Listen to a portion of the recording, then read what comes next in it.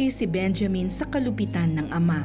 Madalas siya nitong pagbuntungan ng galit sa tuwing nalalasing. Bunga nito, siya ay naging bayolente. Sa edad na 14, sumali siya sa isang fraternity kasama ang mga kapatid, dahilan upang masangkot sa mga rambol. So nakita namin siya sa isang sayawan. So sabi ko, ito yun.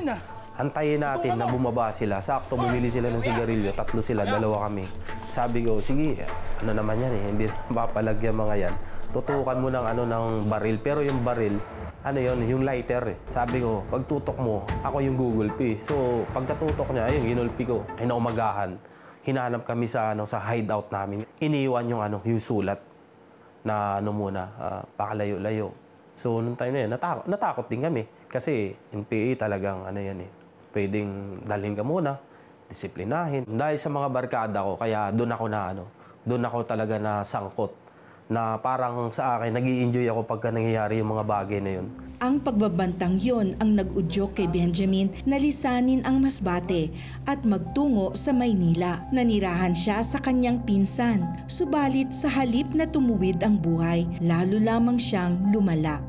Napunta ako ng Pasay, 1 year ako na pariwara. Kasi hindi na ako nagpag-aaral noon eh. Lalong naging magulo yung buhay ko kasi nabarkada ko, puro mga din, basag ulo at saka mga adik. Hanggang sa dumating sa point sa napapasama sa panghi-snatch. Di naglaon, nagkaroon si Benjamin ng oportunidad na makapagtrabaho bilang instructor sa isang gym. Dito niya nakilala si Lulu. Nahulog ang loob ni Benjamin sa kanya. Nagbunga ang kanilang pag-iibigan ng anak na babae. Inakala ni Benjamin na ang kanilang pagsasama sa iisang bubong ang tutuwid sa kanyang balikong landas. Hindi ito nangyari. June 12, 2005 kami nagpakasal. Hindi pa talaga nasa focus ko na mag-asawa.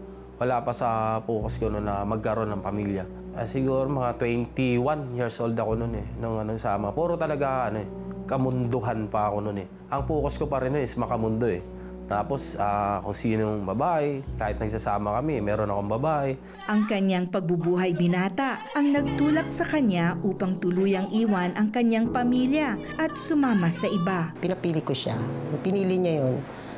Masakit para sa akin talaga. Lalong-lalo na ako naawa para sa anak ko. Pero wala akong magagawa. I just pray for you. So, nakita ko nag-iiyakan yung mga anak ko, pati siya. So, tinigasan ko talaga yung puso ko. Hindi, dito ako. Dito talaga ako. Wasak talaga buhay namin nun. Basta ang lagi kong sinasabi sa kanya nun, andyan naman yung ATM ko, andyan naman sa sahod eh. Huwag mo na akong guguluhin. Huwag ka nang tatawag sa akin kasi hindi na kita mahalin. Ayoko na sa'yo. Ayoko na makipagbalikan. Lahat ng masasakit na salita, sinasabi ko sa kanya. Subalit, mas naging magulo ang naging buhay niya sa kanyang kabit. Dagdag pa dito ang paulit-ulit na miscarriage. Dumating sa point na medyo na-obsess talaga. Halos lahat, inaano niya na, laging away. Tapos gusto magpakamatay. Magulo na yung isip ko. Nandoon na yung inatake na ako ng depression, atake na ako ng anxiety. Sabi ko nga, wakasan ko na lang kayang buhay ko. Nung time na yun, na nangyayari na yung gulo na hindi, parang wala na yung enjoyment doon sa pagsasama namin. Walang direksyon at kapayapaan. Naisipan ni Benjamin na bumalik na lamang sa kanyang tunay na pamilya. Sabi ko, Lord, balik mo ako sa family ko. Pag binalik mo ako sa family ko, magsiserve ako sa'yo. Sa panahong namumuhay sa kadiliman si Benjamin, iginugugol naman ng kanyang misis na si Lulu ang panahon sa panalangin upang siya ay magbalik loob sa kanila. Kasama kayo mga anak. Nakalika. Pag-pray natin yung daddy mo. Sabi kong pag-pray nyo, malinawan ang isip ng daddy nyo. Yun yung pati kong pinupusan. Kahit anong gawin ng daddy nyo, huwag kayo magagalit. Bumalik man yung daddy nila o hindi, wala silang galit. Sa kabila ng 15 taong panluloko ni Benjamin sa asawa, hindi niya ito sinukuan. Muli siyang tinanggap ng kanyang pamilya. Grabe yung ginawa ko. Pero nandyan pa rin siya. Still na tinanggap niya ako. As tatay ng mga anak ko, asawa niya, mga anak ko, hindi man lang sumama yung loob nila sa akin. Nandun, nag-iyakan sila. So nakita ko kung gaano nila na-miss na magkaroon ng isang tatay. Isang gabi, nasumpungan ni Benjamin ang The 700 Club Asia. Puno ng pagpapasalamat dahil sa muling pagtanggap ng misis sa kanya, isinuko ni Benjamin ang kanyang buhay sa Panginoon. Dahil na rin sa kabutihang ipinakita ng kanyang asawa, mas nagsumikap si Benjamin na kilalanin ang Panginoon. Wala akong ibang ginagawa kundi nagbabasa ng Bible na hindi ko pinapakita sa kanila kasi nahiya ako eh. Nagtatago ako nung nagbabasa ako. Nung pandemic, doon ko talaga inano din na kung ano yung pinangako ko sa Diyos, na ginawa ko talaga siya. Nakasabi ko, magsiserve ako sa iyo, magpapagamit ako sa iyo. Nung pandemic, kahit wala kami, nandoon yung moment na, na stress, depressed, kasi wala eh. Pero umiyak ako, hindi ko pinapakita sa kanila, Lord, ngayon pa ba ako hindi magtitiwala sa iyo? Ibinalik mo nga ako sa family ko. Upang makabawi sa mga pagkukulang na nagawa sa pamilya, sinikap ni Benjamin na maging responsableng ama. Naglakas loob siyang magsimula ng negosyo na agad din namang nasubok dahil sa pandemya. Nire-remind sa akin, sige bumalik ka sa family mo, ibibigay ko sa iyo yung gusto mong hardware. Yan lagi, nagkaroon ng lockdown. So as in wala talaga kami. Sobrang down, walang budget. Sinanla ko yung motor ko. Yun yung time. Sabi ko pa, ang galing lang ng Diyos kasi pinakita niya na sa akin eh. Kumbaga, ito ka na eh, hindi na ikaw dati yung ganun eh. Kasi napakataas ang pride ko, pero nung nakilala ko siya, lahat ng ginagawa ko, pinagkakatiwala ko na sa kanya. Labis na pinagpala ng Panginoon ang kanilang negosyo. Ngayon ay mayroon na silang 2 hardware stores at nagkaroon ng iba't ibang ari-arian. Ang pagpapakumbaba ni Benjamin sa Diyos ang susi upang muling maisaayos ang kanilang buhay pamilya. Patuloy ding nagpapagamit si Benjamin sa kanilang simbahan kasama ng kanyang pamilya. Naayos din ang relasyon ni Benjamin sa kanyang ama. Proverbs 16:3 na talagang pagkatiwala natin kay Yahweh, lahat ng meron tayo. Hindi na mahalaga sa akin, yung pera, yung business. Kumbaga, ang unang-una talaga, si God, tsaka yung family. You know, Felici, kasi Benjamin grew up in a violent home.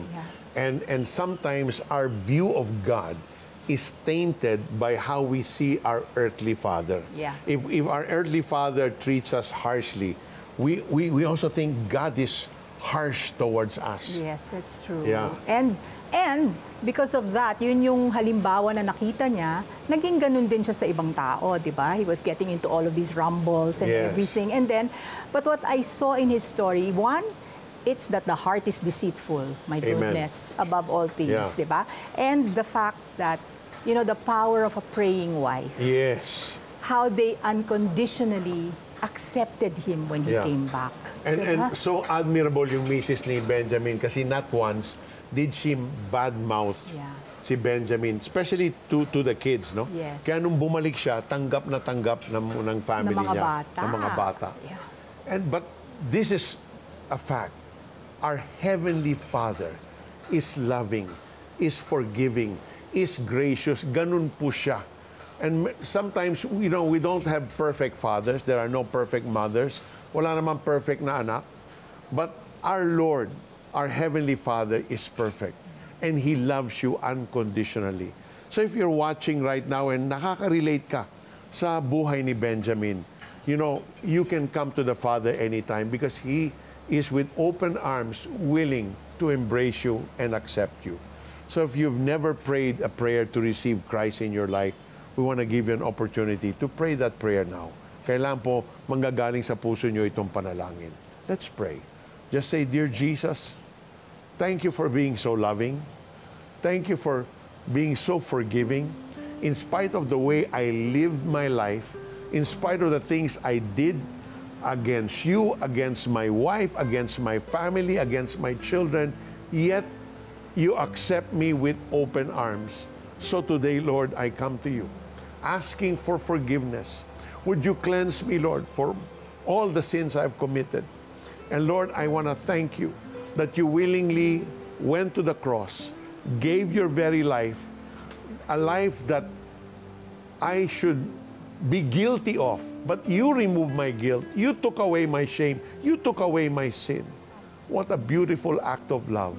So I surrender to that, Lord, and I invite you, Jesus, to come into my life, to be my Savior, to be my Lord, to be the God in charge of my life starting today and ushering me into the bright future you have planned for me.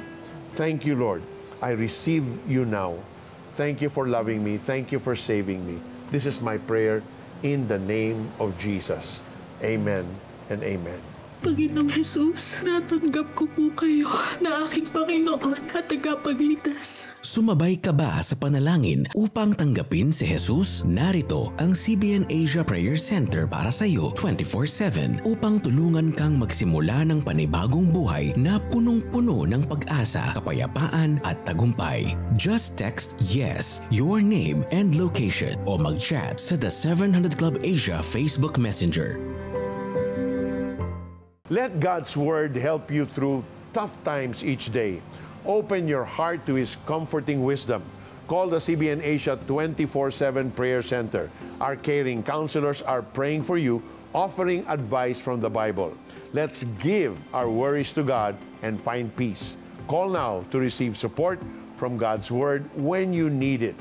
Kung ikaw naman ay nasa ibang bahagi ng mundo, maaari kang humingi ng panalangin at payo mula sa mga trained prayer counselors sa pamamagitan ng Facebook Messenger. Gamitin lamang ang keywords The 700 Club Asia. Alamin naman ang mga latest updates sa CBN Asia mula sa aming social media accounts sa Facebook, Instagram at X, formerly Twitter. Embody the teachings of Jesus in every facet of your life, from relationships to career, family dynamics to financial stewardship, from our collection of cutting-edge videos on our Facebook page. They deliver insightful wisdom straight from God's Word, tailored to relate with the daily challenges of living. Mabilis din gamitin ang Tanglaw app para sa mga laging on the go. Download it for free from Google Play Store, iOS, Spotify, and Apple Podcast.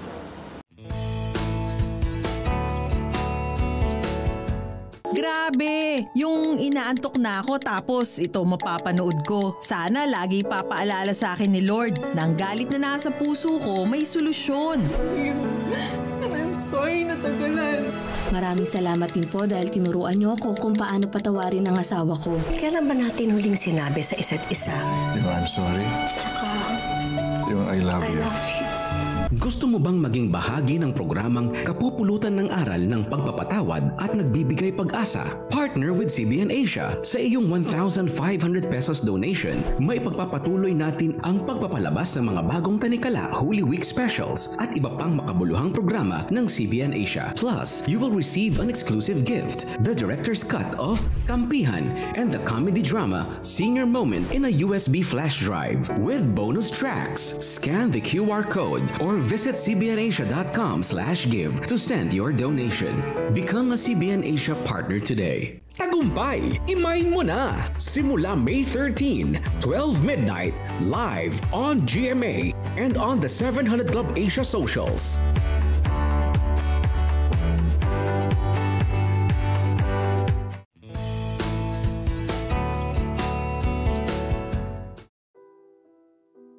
Nung high school po, doon ko lang na-realize na broken fam kami. Parang okay lang sa akin dati, pero nung hindi ko na nakakausap si Papa, doon po nag-ano sa akin yun.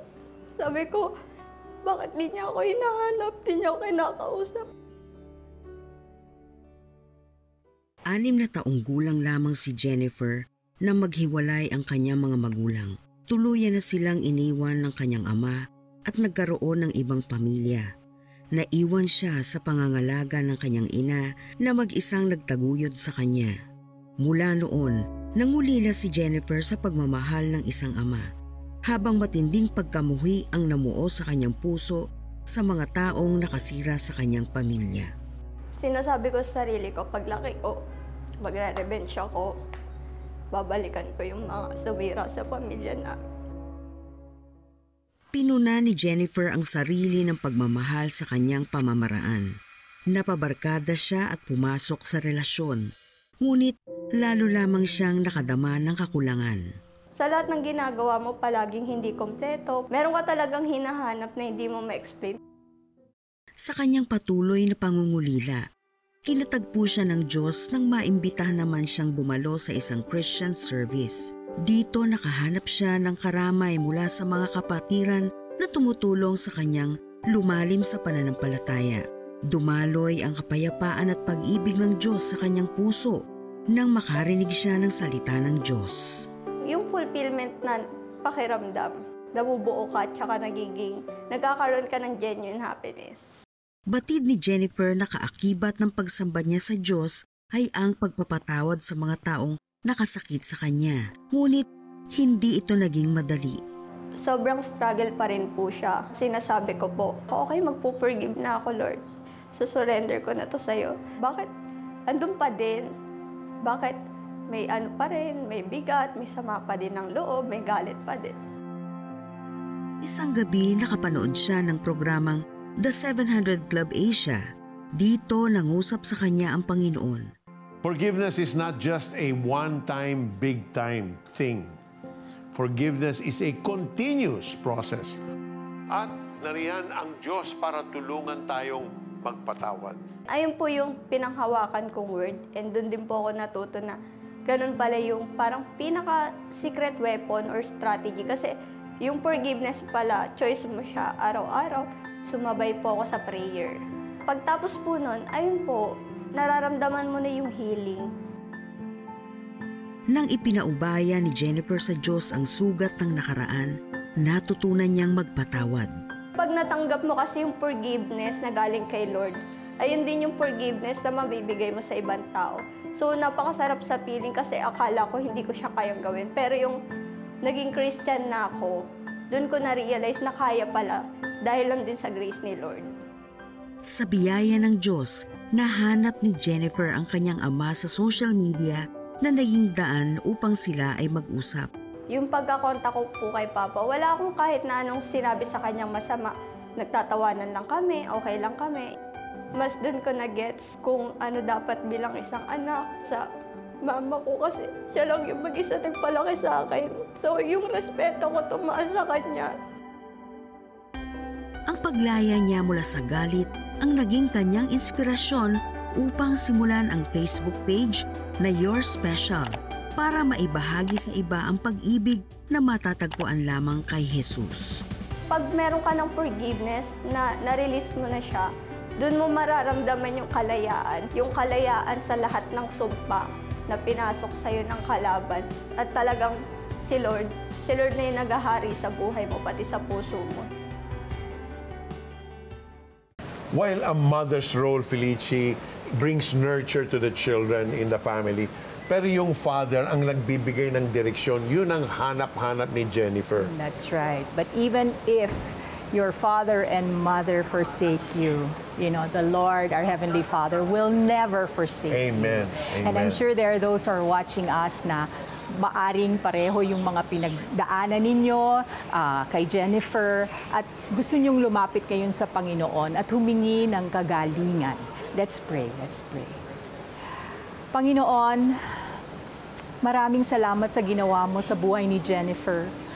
Lord, I pray, Father, right now for all the families that have been affected by separation of the parents. Panginoon, kayo ang kanilang protector. Kayo ang kanilang gabay. Kayo ang kanilang pagmumulan, Panginoon, ng healing and restoration. Inilalapit namin sa iyo ang bawat pamilya na nangangailangan ng wisdom ngayon, Panginoon. Nangangailangan ng comfort ninyo, Panginoon. Father, we thank you because we know that even if things like this happen, your love never changes. You are always there and you have a plan for them. Lord, I pray for those who are having a hard time forgiving. Nahihirapan kayong magpatawad dahil sa mga nangyari sa iyong buhay, mga sakit na binigay ng ibang tao. Lord, I pray for the grace. Bigyan niyo po sila ng lakas para makapagpatawad.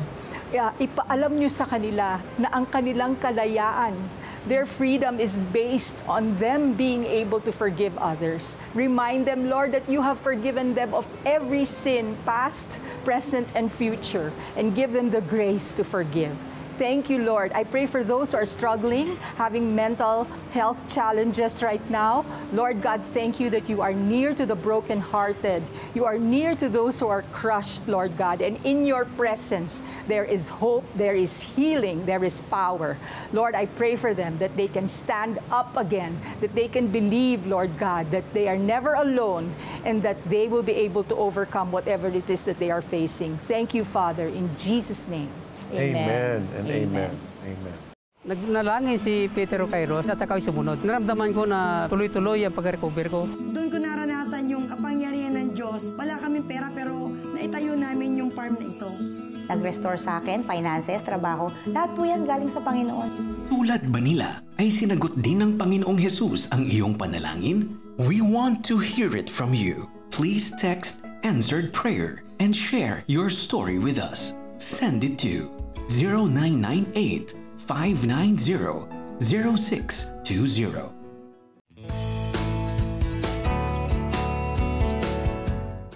Hello, this is Peter Kairos. On behalf of the CBN Asia family of ministries, I want to express our gratitude to our donors and partners who continue to support our mission to proclaim Christ and transform lives. Your generosity means a lot to us and to the people we serve. Those who gave 100, 200, 500, 5,000 and more, whatever amount you gave, God sees your heart of generosity. Thanks to your support, we are able to help the poorest of the poor, share stories of love, hope, and redemption, comfort the broken and hurting, equip missionaries, empower the next generation, and produce music that celebrates the love of God. Maraming salamat po. If you're not yet a partner, please visit cbnasia.com/give to learn how you can send your support today. May God, the Lord, bless you abundantly as you honor Him with your giving.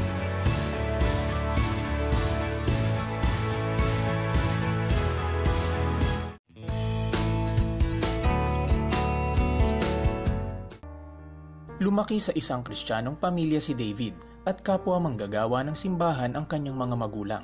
Subalit sa halip na siya ang magka-impluwensya sa mga kaibigan upang gumawa ng kabutihan, madalas siya pa ang mabilis maimpluwensyahan na gumawa ng kamalian. Ilan sa mga ito ang pagkalulong niya sa computer games at pagiging playboy. Ang naramdaman ko noon ay sobrang emptiness kaya naghahanap ako ng happiness. Akala ko pa noon ay mapupunan ng mundo yung hinahanap ko. Kaya ang tumatakbo sa isip ko ay magrebelde sa magulang. Dala na rin ng peer pressure and curiosity, muntik na akong kumapit sa bisyo. Dahil akala ko ay matatakasan ko ang lahat ng aking mga problema sa pamamagitan nun. There were many temptations. Nakaramdam na rin ako ng sobrang pagkawasak na pagmamahal mula sa mundo. Lugmok na lugmok, sobrang empty, at wala halos kaibigan na may Christian faith dahil ako ay laging sa tambayan kasama ang mga barkada. Puno ng pagkukunwari si David sa kanyang pananampalataya nang katagpuin siya ng Diyos sa isang Sunday service. Dito niya naintindihan na may kapatawaran ang kasalanan at ang kahalagahan ng pagsuko ng buong buhay kay Jesus. Ito ang tagpong lubos niyang naunawaan ang malalim na pag-ibig at biyayang kaloob ng Diyos sa bawat nilalang. Ito ang naging simula ng malalim at personal niyang relasyon sa Panginoon. When I surrendered everything to God, everything has changed. Doon ko natagpuan yung tunay na ibig sabihin ng kalayaan at doon ako nakasumpong ng kagalingan. Talagang complete healing. Nawala yung pagiging magagalitin, pagtatanim ng sama ng loob, pagsagot sa magulang, pagiging babaero, pagiging addict sa computer games, at nawala na rin yung desire ko sa mga makamundong bagay. The best decision I've ever made was to surrender my whole life to Jesus Christ. I am new, for it is no longer I who live, but Christ who lives in me. Taong 2018, nang magsimula din siyang magbahagi ng salita ng Diyos gamit ang social media. Naging aktibo din siyang leader at volunteer sa kanilang simbahan. Walang magandang i-offer ang mundo. Sisirain ka nito. It's like you will enjoy now, then you will pay later. Wawasakin ka nito sa dulo. But the moment I accepted Jesus Christ as my Lord and personal Savior, I have experienced an unexplainable peace. Hindi na naghahanap ng pagmamahal mula sa mundo, may completeness na at wala ng emptiness. It is really true that there is a void inside our hearts only Jesus can fill. Now, by the grace of God, I'm an associate pastor and youth pastor in our church, and I have become a part of the praise and worship ministry. Bilang isa ding college student, patuloy siyang ginagamit ng Diyos upang mag-post ng mensahe ng pag-asa at inspirasyon sa netizens online. Because of what I've experienced before, nagkaroon ako ng desire sa mga kabataan. The desire to reach them out, yung intindihin at pakinggan sila. Nagkaroon ako ng passion sa kanila dahil sa mga natutunan ko mula sa nakaraan, na kahit kailan hindi makabubuti ang mga alok ng mundo. Napatunayan kong the God whom we are serving is a great deliverer, because whatever the situation is, He always redeems me in the very midst of what's going on around me. His mercy and grace always meets us where we are, and it does not leave us where it found us. Peter, I have a question. If you were standing on a chair, would it be easier for you to pull me up or for me to pull you down? For you to pull me down kasi pababa yung pull ng gravity, and di ba? that's how the world is. You know, if you don't have the Lord in your life, if you do not have something that is far greater than the world, it will be difficult for you to pull. Opo, yeah, that's right. That's and you will be pulled down. Yun yung nangyari kay David. Yeah, na-pull down siya ng mga kanyang mga barkada. Pero nung nakilala niya ang Panginoon, he was able to refrain and refuse and say no. Amen, amen. Alam niyo po, when every avenue seems closed and your heart is heavy with anguish, lift your eyes to the Lord Jesus Christ, who knows every tear you've shed, every ache you've felt. Release your burdens into His loving arms, for He longs to carry them for you. So let us not lose heart. Instead, let us fix our gaze upon Jesus Christ, for He never fails, and find refuge in His unchanging grace. Gawin natin itong panalangin sa bawat araw. Ipagtanggol mo ako at iligtas ang aking buhay. Huwag tulutang ako'y malagay sa kahihiyan, pagkat kaligtasan ko'y sa iyo nakasalalay. Iligtas nawa ako ng kabutihan ko't katapatan, sapagkat ikaw ang aking pinagtitiwalaan. Huwag palampasin bukas ang isa na namang episode ng The 700 Club Asia na tiyak na maghahatid ng pagpapala sa inyo, same time, same channel. Laging isa puso na tayo ay ligtas at payapa dahil ang Panginoong Hesus ang ating sandigan. And we would like to thank the Forest Lodge Management for making this episode possible. Also, thank you to Mary Puno, Joe Taming, and Cochinino. Mula rito sa The Forest Lodge sa Baguio City, pagpalain kayo ng Diyos. God bless! Lalaking nasangkot sa big-time drug syndicate, makakawala ba dito? Church youth leader pero bakla. Paano siya nakakapangaral ng magandang balita ng Diyos? Mga kwento ng mga buhay na nasira, paano nila nakamit ang rebirth? The Asian Theological Seminary will have a conference on May 7 and 8 at the Christ Commission Fellowship. Scan the QR code to register.